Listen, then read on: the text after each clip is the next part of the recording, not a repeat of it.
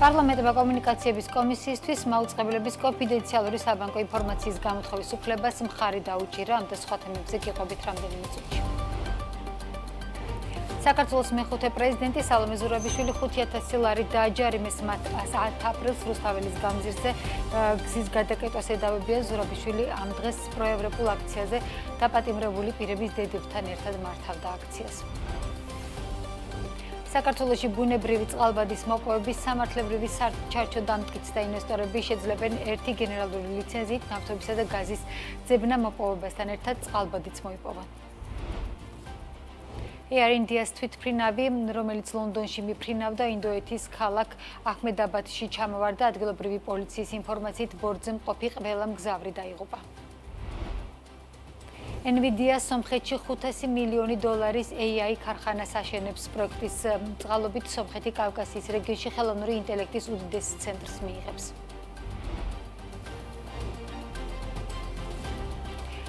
მოგესალმებით კიდევ ერთხელ, ეს BMG რეგიონის წამყვანი ბიზნეს მედია სააგენტო საქმიან ამბებს BMG-ს გუნდთან ერთად ნინო ტაბეტაძე წარმოგიდგენთ.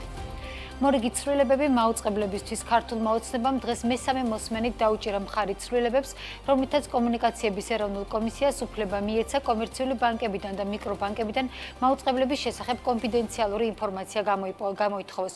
კონკრეტულად რა მონაცემების მიღებას შეძლებს კომისია უცნობია, მაუწყებლების იურისტები ამბობენ, რომ კანონის მუხლები იმდენად ზოგადია, რომ როგორც დასჭირდებათ, ისე იქნება გამოყენებული. IDFI-ის მედიის თავისუფლების მიმართულების ხელმძღვანელის გიორგი დავითურის შეფასებით საბანკო საიდუმლოების გამოთხოვის უფლებამოსილების მინიჭება კომისიისთვის იმ პირობებში, როდესაც ის არ არის საგამოძიებო ორგანო და იმ პირობებში, როცა მას მაუწყებლებისგან ნებისმიერი ინფორმაციის მოთხოვნის და მიღების უფლება ისედაც გააჩნია, არის დამატებითი მექანიზმი, რომელიც ქმნის ნოყიერ საფუძველს აღნიშნული კანონი იარაღად იქნას გამოყენებული მაუწყებლებისა და მასთან აფილირებული პირების წინააღმდეგ. კომუნიკაციების ეროვნულ კომისიას ისედაც ჰქონდა მისი საშუალება, რომ ნებისმიერი ინფორმაცია გამოეთხოვა მაუწყებლისგან, თუმცა ამ ჩანაწერით მათ უჩნდებათ პირდაპირი შესაძლებლობა, რომ უკვე საბანკო საიდუმლოებაზეც ჰქონდეთ წვდომა. აქამდე მაუწყებელი, რასაც ავსებდა, ასე ვთქვათ, და აწვდიდა ინფორმაციას კომისიას, ეს იყო და დამატებითი კითხვებით, რომ ექნებოდათ შესაძლოა დაეზუსტებინათ ის, რაც ფინანსურ ანგარიშგებაში ისედაც იყო ასახული, მაგრამ ეხლა განსაკუთრებული კატეგორიის, ასე ვთქვათ, ინფორმაციაზე ექნებათ წვდომა, რაც ნიშნავს, რომ მაგათაც საბანკო ტრანზაქციები, ნებისმიერი ნაშთი, ანგარიშთან დაკავშირებული ნებისმიერი საკითხი შეუძლიათ, რომ გამოითხოვონ. არასდროს არც ერთ ეტაპზე მე არ მახსენდება კომუნიკაციების კომისიისთვის ვინმეს მიენიჭებინოს ეგრეთ წოდებული კვაზი საგამოძიებო უფლებამოსილებები. საბანკო საიდუმლოების გამოთხოვის უფლებამოსილების მინიჭება კომუნიკაციების კომისიისთვის იმ პირობებში, როდესაც ის არ არის საგამოძიებო ორგანო, იმ პირობებში, როდესაც მას მაუწყებლობისგან ნებისმიერი ინფორმაციის მოთხოვნის და მიღების უფლება გააჩნია. ეს არის დამატებითი, ეგრეთ წოდებული დამატებითი მექანიზმი, რომელიც ქმნის ნოყიერ ნიადაგს და ნოყიერ საფუძველს იმისთვის, რომ იარაღად იყოს გამოყენებული კონკრეტული მაუწყებლის თუ მაუწყებელთან აფილირებული პირების წინააღმდეგ. ბრუნდება თუ არა ევროკავშირის დღის წესრიგში საქართველოსთვის ვიზა ლიბერალიზაციის შეჩერების საკითხი. პოლონეთის პრემიერის დონალდ ტუსკის გუშინდელ განცხადებას თბილისში საპასუხო კომენტარები მოჰყვა. ევროკავშირის ელჩი საქართველოში პაվել ჰერჩინსკი ამბობს, რომ საქართველოსთვის ვიზა ლიბერალიზაციის შეჩერების საკითხი მრავალი თვეა განხილვის საგანია, თუმცა წევრი ქვეყნების უმრავლესობა ამის წინააღმდეგია.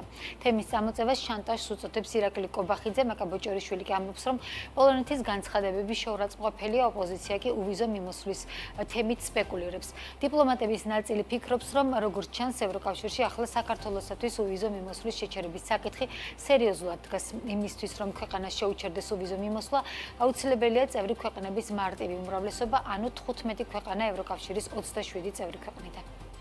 სეკულის ამის ალბათობა არსებობს და რაც უდიდხანს გაგრძელდება აი ეს სრულად ანტიევროპული, ანტიდასავლური რიტორიკა პოლიტიკური პარტია ქართული ოცნების მხრიდან ამის ალბათობა სულ უფრო და უფრო გაიზრდება. ამჯერად მე ვფიქრობ, რომ საკითხი გაცემა რომ სერიოზულად დგას, ვიდრე ჩვენ აქამდე შესაძლებელია გვეფიქრათ. ტუსკის განცხადება მეტყოლებს იმაზე, რომ პოლონეთი რეალურად აპირებს დაიწყოს მობილიზება ხმებისა იმისათვის, რომ საქართველოს შეუჩერდეს საუზო რეჟიმის ლიბერალიზაცია. თქვენ იცით, რომ ამისათვის აუცილებელია მარტივი უმრავლესობა, ანუ 15 ქვეყანა ევროკავშირის 27 წევრი ქვეყნიდან, რის შემდეგაც მოხდება კონკრეტული ქვეყნისთვის საუზო რეჟიმის ლიბერალიზაციის თავისუფლების შეჩერება 9 თვის ვადით, ხოლო შემდეგ ეს გაგრძელდება იქამდე, სანამ არ იქნება შესაბამისად მიღწეული პროგრესი საქართველოს ევროკავშირის ურთიერთობებში. ხოლო რას ნიშნავს ეს პროგრესი? ძალიან რთული სათქმელია, იმიტომ რომ ჩემთვის არ არის ცნობილი რომელიმე ქვეყანას შეჩერებოდეს საუზრების ლიბერალიზაცია და მე რაღაც გარემოებების გათვალისწინებით მოხდარგოს ამის უკან დაბრუნება. ქართული ოცნების ხრიდან დარღვეულია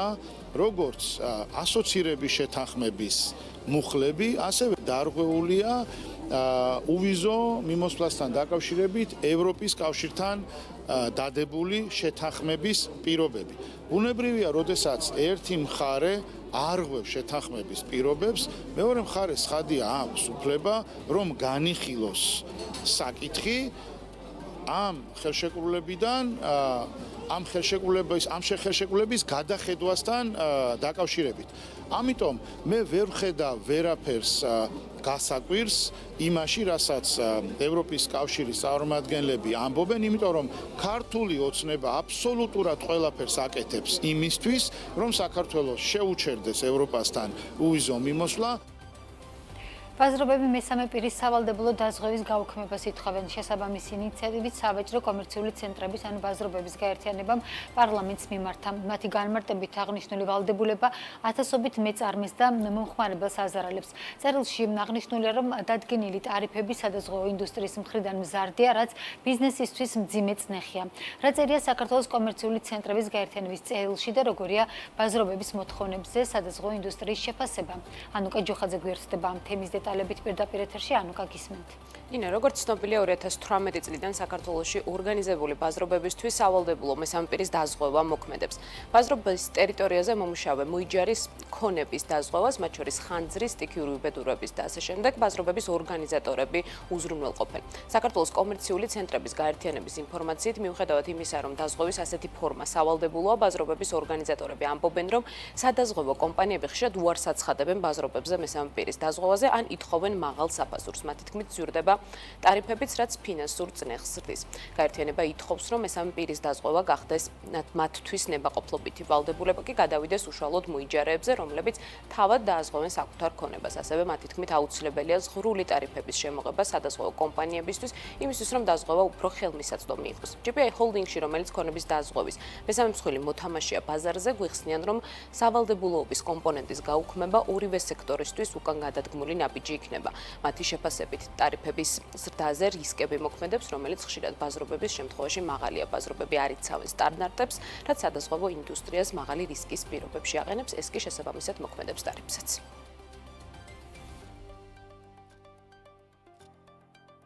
ეს ნაბიჯი უკან გადავდგათ, იქნება ძალიან მნიშვნელოვანი უკან დახევა ზოგადად ამ ბიზნესისთვის და შემდგომში უკვე სადაზღვევო კომპანიისთვის. პირიქით ვფიქრობ, ამ ნაწილში განსაკუთრებულად უნდა გაძლიერდეს მხარდაჭერა და უნდა გაძლიერდეს ის პაკეტები, რომლებითაც მოვაჭრეები, ბაზრობები იქნებიან დაცულები. პრობლემები განპირობებულია იქიდან, რომ აქ არ არის დაკმაყოფილებული არანაირი სტანდარტი, როგორც ტვირთის შენახვის, ისე ელექტროგამონაწილებელის მოწყობის არაფრის სტანდარტი არაა დაცული, რაც იწვევს საბოლოო ჯამში ძალიან ბევრ კატაკლიზმებს და ძალიან ბევრ პრობლემას. თუ რისკები არის აუწონავი და ჩვენ ვიცით, რომ შემთხვევა აუცილებლად დადგება, შესაბამისად პირდაპირ პროპორციულად აისახება ეს ტარიფზე. ხოლო თუ ისინი მოახერხებენ და რაღაცა ელემენტარულ სტანდარტებს მაინც დაიცავენ, ეს მისცემს ყველა სადაზღვევო კომპანიას შესაძლებლობას, რომ უფრო დაბალი ფასით და უფრო ნაკლები პრემიის გადახდის საფასურად დააზღვიონ ისინი. არსებულ დადგენილებაში, რომ ცვლილებებია შესატანი, ამ საკითხს ეთანხმება საქართველოს სადაზღვევო ასოციაციის გამგეობის თავმჯდომარე. მისი შეფასებით, ბაზრობების შემთხვევაში ქონების სავალდებულო დაზღვევის მაქსიმალური ლიმიტი 15,000 ლარია, რაც წლების წინ დადგინდა და დღევანდელ რეალობას ვეღარ პასუხობს. შესაბამისად, მისი შეფასებით აუცილებელია დადგენილი ლიმიტის ზრდა. პრობლემა არის იმაში, რომ ამ პროდუქტს როგორც არის დადიზაინერებული, ერთის მოჭამა ის იმიტომ, რომ სხვა ეკონომიკა გაჩნდა ამ ბაზრობებში, ანუ 15,000-იანი ლიმიტები არავის აღარ ყოფნის არაფერში. მეორე თემა ჩემი აზრით არის ის, რომ მაინც განსხვავებით ბაზრობის განსხვავებულია, არის ძალიან განსხვავებული პირობები ხანძრის უსაფრთხოების თვალსაზრისით. ამიტომ ეს თემები მოითხოვს იმას ალბათ, რომ ყველა ვარიანტში ეს პროდუქტი უნდა დაიხვეწოს, ყველა ვარიანტში უნდა მოხდეს ტარიფიკაცია სწორედ რისკიდან გამომდინარე, ანუ თუ შენ არ აქვს მოწესრიგებული სახანძრო ამბავი, აი მე მარტივად რო ვთქვა, ხო, ან მეტი უნდა გადაიხავ და ვაფშე ვერ დაეზღუდე. ეს პროდუქტი არის პროდუქტი, რომელიც ცდილობს არსებულ აი ამ თავშეყრის ადგილებში და იმისი მაღალი რისკის მოწესრიგებას, უბრალოდ უნდა გაუმჯობესდეს თვითონ პროდუქტი. ბაზრობებისთვის მესამე პირის სავალდებულო დაზღვევის დადგენილება, რომ კრიტიკას ვეღარ უძლებს, ამ პოზიციას აფიქსირებენ დაზღვევის კავშირშიც და უფრო მეტის კონკრეტულ მოთხოვნებში ბაზრობების წარმომადგენლებს ეთანხმებიან კიდეც ამბობენ, რომ რისკის სწორი შეფასება უნდა მოხდეს და ტარიფი ისე უნდა დადგინდეს, რისთვისაც კონკრეტული ცვლილებებია მისაღები. თუმცა იმასაც ამბობენ, რომ სავალდებულობის მექანიზმი ნებაყოფლობით არ უნდა ჩანაცვლდეს, რადგან ეს ტარიფებს კიდევ უფრო გაზრდის. დაორგანიზების ნაწილში, ახსნის ნაწილში და შეთანხმებების ნაწილში, სადაზღვევო პირობების, სადაზღვევო მზაობების ნაწილში, რა თქმა უნდა, ეს დადგენილება კრიტიკას ვერ უძლებს, ამაზე მე აბსოლუტურად ვეთანხმები წერილს ავტორს. ამ ასე ვთქვათ, საკითხის გადაბარება იმ წვრილ მოიჯარეებზე ალბათ სწორი არ იქნება, იმიტომ რომ მიწვდომადობა და მოცვა კიდევ უფრო გაჭირდება დღეს, მით უმეტეს ასე ცენტრალიზებულია და ისიც კი არ არის ბოლომდე რეალიზებული და ამ შემთხვევაში გაჭირდება. რისკის სწორად შეცნობა და ამ მზაობების უზრუნველყოფა არის ერთადერთი გზა, რაც გააიაფებს ამ ტარიფს. და ნებაყოფლობით დაზღვევაში არ მცირდება ხოლმე ტარიფი, პირიქით არის. ნებაყოფლობით დაზღვევაში ტარიფი უფრო იზრდება ხოლმე და თუ ნებაყოფლობითზე არის ეს ამბავი მიშვებული, საერთოდ ვთქვათ, დიდი ნაწილი არ არის ხოლმე დაზღვეული და პასუხს სახელმწიფო ვერ გაცემს, რატომ არ იყო, რატო შეცვალა სავალდებულო ნებაყოფლობიდან, იმიტომ რომ კიდევ უფრო მეტი ხალხი დარჩება დაუცველი. პარლამენტში ბაზრობების გაერთიანების მიმართვა 9 ივნისს შევიდა და მას ხელს საქართველოს ბაზრობების გაერთიანების თავმჯდომარე მუხრან ბაგრატიონი აწერს. საქართველოს პარლამენტის ბიუროს გადაწყვეტილებით აღნიშნული წერილი განსახილველად საფინანსო საბიუჯეტო კომიტეტს 11 ივნისს გადაეცა. გაითვალისწინებს თუ არა საკანონმდებლო ორგანო ბიზნესის მოთხოვნებს და დაიწყება თუ არა საკითხზე მსჯელობა ჯერჯერობით უცნობია. მადლობა ანუკა, რატომ ითხოვენ ბაზრობები მესამე პირის სავალდებულო დაზღვევის გაუქმებას და რა პოზიცია აქვს სადაზღვევო სექტორს, ანუკა ჯოხაძემ გაკოცნა. საქმის კურსი ამით დასრულებულია. 7 საათზე თქვენთვის საქმიან ამბებს ანა ლაპიაშვილი შეიჯამებს. ნახვამდის.